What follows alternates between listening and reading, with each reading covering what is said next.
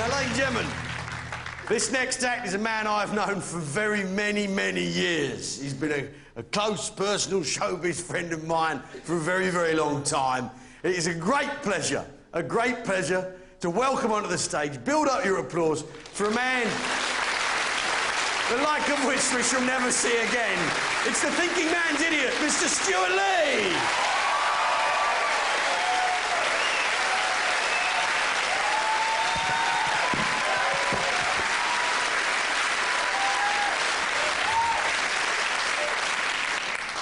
So, the Pope died this year. I was sad about that because I love Catholicism. It's actually my favourite form of clandestine global evil. And my favourite thing about Catholicism is the way that it manages to combine a search for sort of profound spiritual truth in the universe with a love of kind of inane seaside tat. You don't often see those two things working towards a common objective. I'll give an example of what I mean. I was in the Vatican last year, and outside there in front of the big church in the square, they had these kind of stalls, and they were selling lollipops about that big with the face of Pope John Paul II on them. You could buy Pope John Paul II lollipops, and I was wondering if, in the light of his death earlier this year, whether sales of those lollipops went up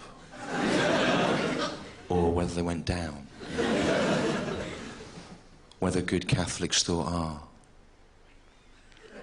the Pope's just died. It would now seem inappropriate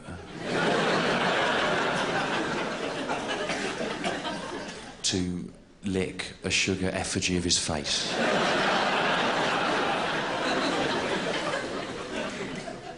Or whether they'd go, the Pope's just died. What better way to pay tribute to his memory than to lick a sugar effigy of his face? Eat that, swallow it, digest it, shit out a kind of holy Pope shit. I don't know if whatever spiritual properties the lollipop has would survive the digestive process. I'm neither medically nor spiritually qualified to do anything other than speculate on that, but they put out this story, didn't they, the Catholic Church, at the Pope's last words. Apparently on his deathbed he made an address to God. He said to God, I searched for you, you found me, I thank you. That's the story they put out. Let's call it what it is, an obvious made-up lie. Because even the cardinals in the Vatican admitted that he was in a coma for the last couple of weeks of his life, and it does seem like a very profound and eloquent statement to make in your closing moments. I'm suspicious of that story for personal reasons, right? Because I actually nursed two people, an elderly relative and a friend of my own age, both of whom I loved, through very long illnesses, not dissimilar to the late Pope's. And I can assure you that in their closing moments, neither of them were in a fit state to say anything as eloquent or profound as that. Although admittedly I was holding pillows over their faces at the time.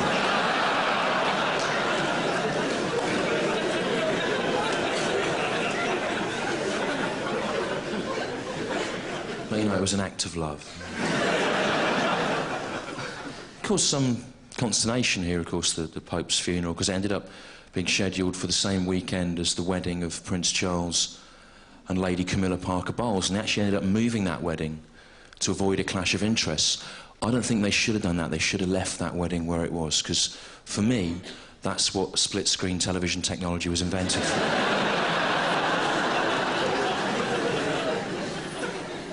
Although it's hard, isn't it, to imagine which one of those two events would have been the most depressing to watch, you know.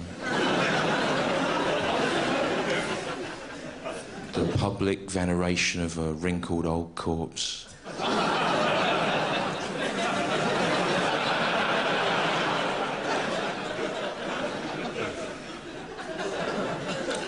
Well done.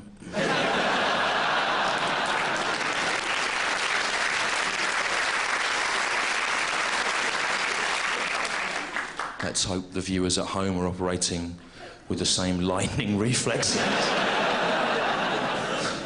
You might think some comedians think, oh, they guessed the punchline, that's a shame. I actually welcome it. I think it's good, because it's quite hard to write jokes. A response like that suggests that in future, if we cultivate the right crowds, I could just walk out with a kind of list of topics.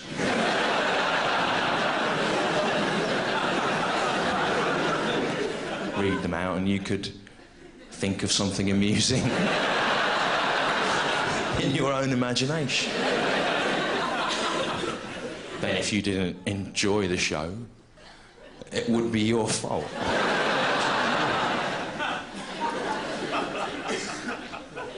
I didn't mean to cause any offence talking about religion there, but it is easy to cause offence without meaning to. And I did it myself last year. I'll give you an example of how it happened. Now, I stopped doing stand-up for about 4 years, and during that time I worked writing about kind of music and film and stuff for magazines and papers, and at the start of last year I was really excited because I got to interview Ang Lee, the Taiwanese art film director who had then just made the Incredible Hulk film, which a lot of people think was his best work. And I was really excited because I started reading Hulk comics when I was 7, and 30 years later I still read them, so I was really excited to talk to Ang Lee about the Hulk. And when I do an interview, he was in Los Angeles, I was in London, and on the phone I try and make a little joke at the start to put the subject at ease, you know. So I rang up Ang Lee, and I said to him, Ang Lee, you have directed the Incredible Hulk film. You must be very excited and proud, but don't make me angry.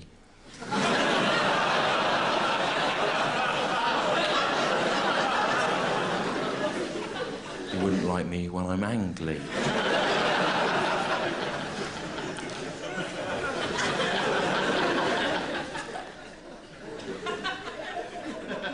Then there was a long silence. After a while, Ang Lee said, I'm sorry, what did you just say? And I said, Ang Lee, you have directed the Incredible Hulk film. You must be very excited and proud, but don't make me angry. You wouldn't like me when I'm angry.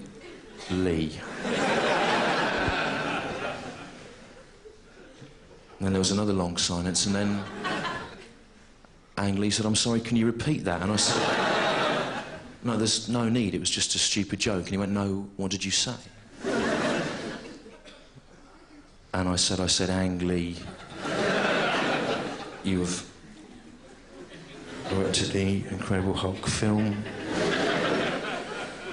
You must be very excited and proud, but don't make me angry. You wouldn't like me when I'm angry. And Ang Lee said, yes, I thought you said that.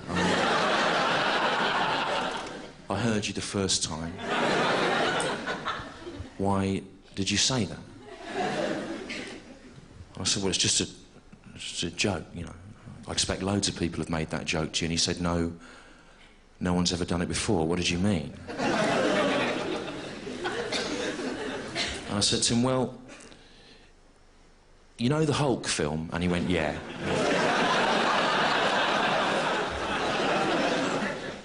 I said, well, in that film, Ang, Bruce Banner, he's the Hulk, he says, don't make me angry. You wouldn't like me when I'm angry. And you directed it, as you know, and your name's Ang Lee. And so for a joke, I said, don't make me Ang Lee. You wouldn't like me when I'm angry, because angry sounds a bit like Ang Lee. And Ang Lee said, no, it doesn't.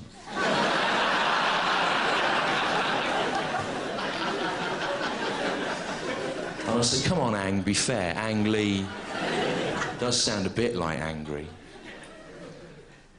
And he said, no, it doesn't. He said, Ang Lee is a completely different word to Ang Lee.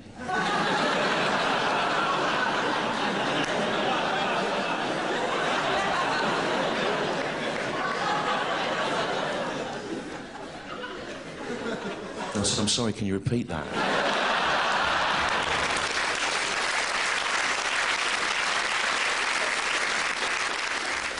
He said, yes, gladly. He said, Ang Lee is a completely different word to Ang Lee. And I said to him, I don't know what you're talking about, Ang. That's not the point I'm trying to make. What I'm saying is that Ang Lee sounds similar to angry. You swap those two words around in a sentence, people notice there's been a slight change from whence the humour arises. Ang Lee is actually the same word as Ang Lee. If you swap those two words round, no one would notice anything had happened, because they're the same word. And I don't understand how you can have gone down this blind alley. It's so obvious what the joke is. I don't see how you're having such a problem. Then he interrupted me. He went, oh, I get it, he said.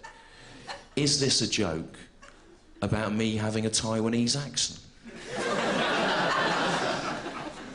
And I said, no, it never occurred to me that you would think that. I said, it's just about Lee and Ree sounding similar. I said to him, look, my own surname is Lee. I said, I've had 37 years of fun with that syllable. I know its elastic potential. And he interrupted me again. He went, you're anti-Taiwanese. I said, I'm not. I don't even know where Taiwan is. I have no interest in it. Made it worse, to be honest. And he got this lawyer on the phone from the Paramount or Universal. He was shouting at me, accusing me of being anti-Taiwanese, saying, how dare you, an anti-Taiwanese man, accept this interview? I'm going, I'm not. I had to get my editor on from this paper to stick up for me, saying that I had no history of anti-Taiwanese bias in arts coverage. Then he starts shouting at me, Ang Lee, going, how dare you do this? And I'm going, why don't you just listen in the first place? I was going to went on for about 45 minutes. I'm going, shut up. And in the end, he just totally lost his temper, Ang Lee, and he said to me, don't make me angry. You wouldn't like me when I'm angry.